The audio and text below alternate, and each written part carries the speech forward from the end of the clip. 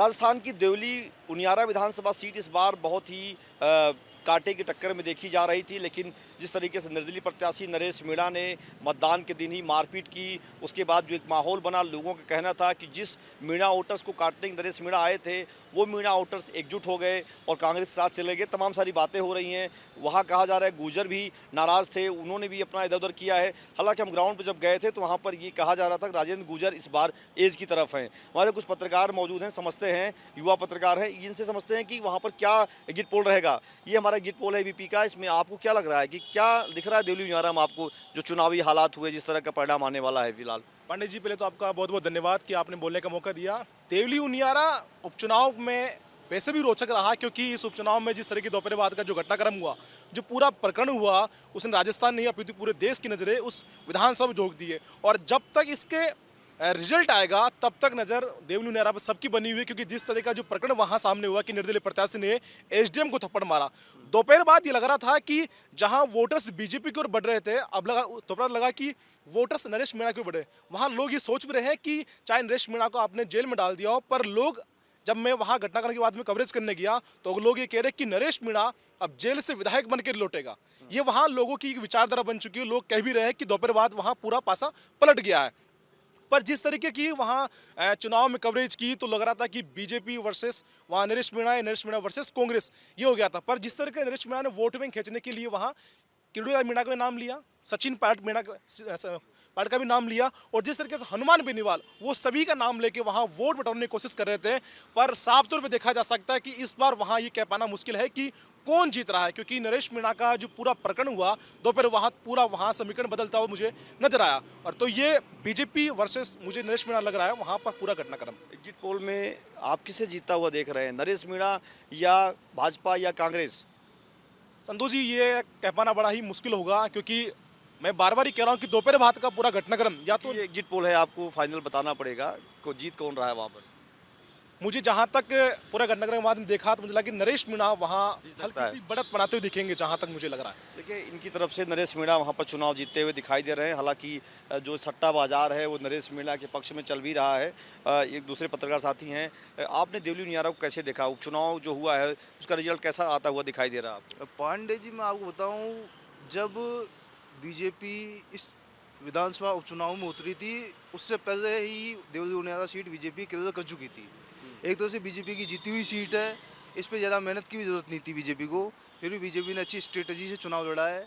और यहाँ सबसे बड़ी तो बात, आपको अगर 2013 से विधानसभा के नतीजों को देखें तो 2008 में ये सीट अस्तित्व में आई।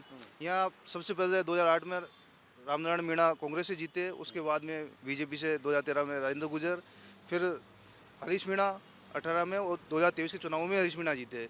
2023 के विधानसभा चुनाव में हरीश मीणा 17,000 वोटों की लीड लेके जीते थे, लेकिन उसके 6 महीने बाद ही लोकसभा चुनाव आते आते इनकी लीड सिमट के इस क्षेत्र में पूरी 3,000 की रह गई थी। इसका मतलब है कांग्रेस के प्रति नाराजगी थी, हरीश मीणा के प्रति लोगों की नाराजगी थी। बची कुछ ही नाराजगी कांग्रेस, नरेश मीणा ने यहाँ निर्दलीय उतरकर कांग्रेस के वोट काटने का काम किया है। सामने यहाँ सिर्फ दो ही जातिगत आधार पर अगर देखा जाए तो मीणा और गुर्जर आमने सामने है। गुर्जर बहुल है तो गुर्जरों के वोट बीजेपी को, गुर्जर कैंडिडेट को गई है, लेकिन किरोड़ीलाल मीणा की वजह से काफ़ी मीणा समाज के वोट भी बीजेपी को गए हैं। उस हिसाब से मतलब करीब अगर मोटा मोटा आंकड़ा नहीं माने तो अपन ये 17 से 18,000 के अंतर से बीजेपी जीत रही है। बीजेपी को आप प्लस मानते हैं? जैसे दौसा में 2-3 जातियाँ डिसाइडिंग फैक्टर में थी, वैसे वहाँ धाकड़ और माली और जाट भी हैं, वहाँ पर मुस्लिम भी हैं, तो उनका कहना था कि ये सब डिसाइड करेगा किधर कौन गया। जिस तरह से मतदान हुआ उसके हिसाब से माना जा सकता है कि चीज़ें बेहतर जा रही हैं। आपके हिसाब से बीजेपी वहाँ पर जीत रही? जी, बीजेपी बहुत अच्छे मार्जिन से जीत रही है, क्योंकि उपचुनाव का जैसे सत्ता के साथ ही जाता है उपचुनाव का नतीजा। फिर दूसरा, वहाँ पे सरकार के प्रति नाराजगी भी दिखाई नहीं दी किसी वर्ग में। मुस्लिम वोट जरूर बीजेपी कांग्रेस को जा रहे हैं, लेकिन मीणा और मुस्लिम के अलावा कोई दूसरा बड़ा वोट कांग्रेस के पक्ष में है नहीं। नरेश मीणा ने कांग्रेस को डैमेज किया है, तो इसका आपके हिसाब से बीजेपी जीत रही? जी। उस करो रमेश भाई, इधर आ जाओ। देखिए, हमारे साथ वो साथी मौजूद हैं जो हमारे साथ खुद देवली उनियारा गए थे और इन्होंने वहाँ पर लोगों से बातचीत की थी। आपने खुद देखा, हम भी थे, लेकिन हम लोग जब गए थे उसके बाद मतदान हुआ, मतदान के बाद जो आकलन लगाया जा रहा है उसके हिसाब से क्या दिख रहा है आपको? मेरे हिसाब से वहाँ जो देवली उनियारा का चुनाव है उसका परिणाम इतिहास में छुपा हुआ है।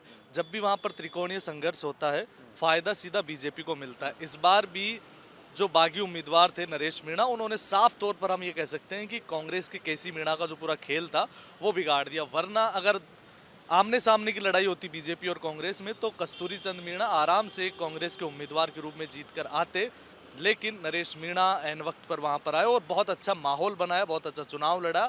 और उसके बाद जो बवाल हुआ वो तो सारा अपने आप सब लोगों के सामने ही है, लेकिन नरेश मीणा की वजह से पूरा जो गेम है वो बिगड़ा और फिर वो बीजेपी के फेवर में चला गया। और राजेंद्र गुर्जर का एक ज़मीनी कार्यकर्ता के रूप में वहाँ पर एक्टिव होना और उनकी पहचान भी यही थी। इसके अलावा कन्हैयालाल चौधरी जो कि मालपुरा से हैं, टोंक उसी क्षेत्र में आते हैं, उन्होंने बहुत अच्छी मेहनत की। इसके अलावा हीरालाल नागर वो भी वहाँ पर काफ़ी सक्रिय नजर आए, जिसका फ़ायदा ये हुआ कि नागर दाकड़ समाज के भी 15,000 से ज़्यादा वोट हैं, जाट समाज के भी 15,000 से ज़्यादा वोट है, जिसकी वजह से कन्हैयालाल चौधरी भी एक्टिव नजर आए। तो ये एक उनके साथ प्लस पॉइंट रहा और नरेश मीणा के आ जाने की वजह से वो एक उनकी जीत का कारण बन गया। या फिर इन दोनों की मेहनत और साथ में नरेश मीणा उनके जीत के जो मार्जिन को है वो बढ़ाने का काम करेंगे और केसी मीणा के वोटों को काटने का काम नरेश मीणा ने किया, जिसकी वजह से अभी ये हम कह सकते हैं कि भारतीय जनता पार्टी वहाँ पर मजबूत स्थिति में है। आपका मानना है कि जो जाति समीकरण, जो चुनावी समीकरण, जो वहाँ का माहौल बन पाया, उसके लिए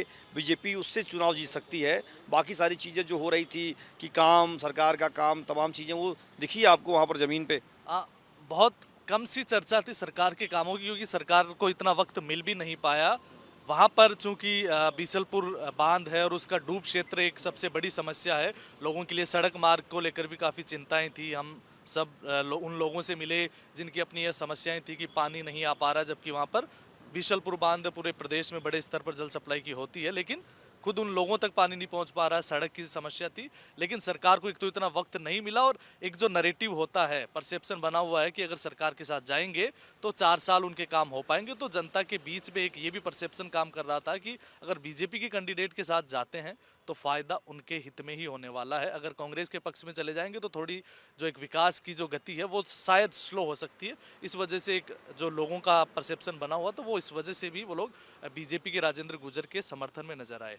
तो इस एग्जिट पोल में ये माने कि आप किसे जिता रहे हैं इस एग्जिट पोल में? मेरे हिसाब से राजेंद्र गुर्जर अच्छी स्थिति में है वहाँ पर, और दूसरे और तीसरे के लिए केसी मीणा और नरेश मीणा के बीच में कड़ा मुकाबला, लेकिन राजेंद्र गुर्जर अच्छे और कंफर्टेबल तरीके से वहाँ पर जीत जाएंगे। तो देवली उनियारा विधानसभा क्षेत्र पर हमारे जो पत्रकारों का पैनल था, इनका कहना है कि 2 लोगों का कहना है बीजेपी वहाँ चुनाव जीत सकती है। युवा साथी थे, उनका कहना नरेश मीणा ने पूरा गेम बिगाड़ा, गेम बनाया। उनकी भी एज दिख रही है, जिस तरह के नारे वहाँ चल रहे थे कि जेल से जीत करके विधायक बन करके आएगा, तमाम सारी चीज़ें। जब हम ग्राउंड पे गए थे तो वहाँ पर नरेश मीणा उसमें चुनाव में नहीं थे, वहाँ पर कांग्रेस और बीजेपी की सीधी टक्कर दिख रही थी। लेकिन मतदान के दिन जिस तरह के घटनाक्रम हुआ, उससे नरेश मीणा भी चुनाव मैदान में पूरी तरह से टक्कर देते हुए दिखाई दिए। एबीपी लाइव में Santosh Kumar Pandey, Jaipur. For exclusive and insightful videos, subscribe to our new channel ABP Live Premium.